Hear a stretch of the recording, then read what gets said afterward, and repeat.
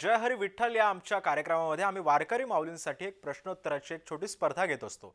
प्रश्नांची योग्य उत्तरे देणाऱ्या विजेत्यांना आमचे सहप्रायोजक राजबिंदू आणि ग्रीन गोल्ड सीड्स यांच्या वतीने बक्षिसं सुद्धा दिली जातात। चला तर मग पाहूयात आजच्या भागामधले नेमके कोण आहेत भाग्यवान वारकरी। जय हरी विठ्ठल प्रश्न उत्तरांच्या या भागामध्ये तुम्हा सगळ्यांचं पुन्हा एकदा मनापासून स्वागत। तुम्हा सगळ्यांनाच माहिती आहे की वारकरी माऊलींना आपण काही प्रश्न विचारतो आणि या प्रश्नांची योग्य उत्तरं देणाऱ्यांना आपल्या राजबिंदू आणि ग्रीन गोल्ड सीड्स या सहप्रायोगांच्या वतीनं मिळतं एक छोटंसं गिफ्ट। तर चला आजच्या प्रश्न उत्तरांना सुरुवात करूया। तयार आहेत सगळे? मी प्रश्न विचारेन, ज्यांना येते त्याने फक्त हात वरती करा, मी सांगेन कोणी उत्तर द्यायचं। सगळ्यात पहिला प्रश्न, संत ज्ञानेश्वर माऊलींनी ज्ञानेश्वरी हा ग्रंथ लिहिला, हा ग्रंथ त्यांनी कुठे लिहिला? कुठल्या जिल्ह्यात? या या या या माऊली या या तुमचं नाव सांगा पहिल्यांदा। तानाजी लक्ष्मण पवार, कुठून आलात? इस्लामपूर।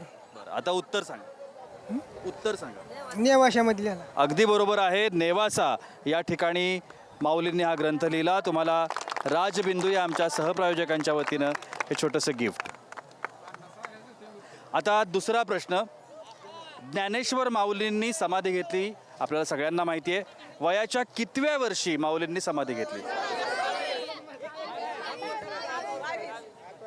नाही, चुकतंय, नाही। या नाव सांगा तुमचं। अर्चना पवार, कुठून आला? इस्लामपूर। इस्लामपूर। आता उत्तर सांगा। 21व्या वर्षी ज्ञानेश्वर महाराजांनी समाधी घेतली। 21व्या वर्षी माऊलींनी समाधी घेतली। आमच्या ग्रीन गोल्ड सीड्स यांच्या वतीनं हे छोटंसं गिफ्ट। आणि आता सगळ्यात महत्त्वाचा आणि तिसरा प्रश्न पंढरपूर विषयी आहे। पंढरपूरच्या चंद्रभागा तीरावरती एक मंदिर आहे, ते मंदिर कोणाचं आहे? या या या या नाव सांगा तुमचं। बळीराम रघुनाथ जाधव, जाधववाडी। कुठून आलात? जाधववाडीतून आलोय। इथूनच आहे? हा, इथूनच आहे। आता उत्तर सांगा। पुंडलिकाचं मंदिर आहे। बरोबर, पुंडलिकाचं मंदिर आहे। तुम्हाला ही आमच्या वतीनं एक छोटीशी गिफ्ट। तुमचं अभिनंदन। पुंडलिक वरदे हरी विठ्ठल,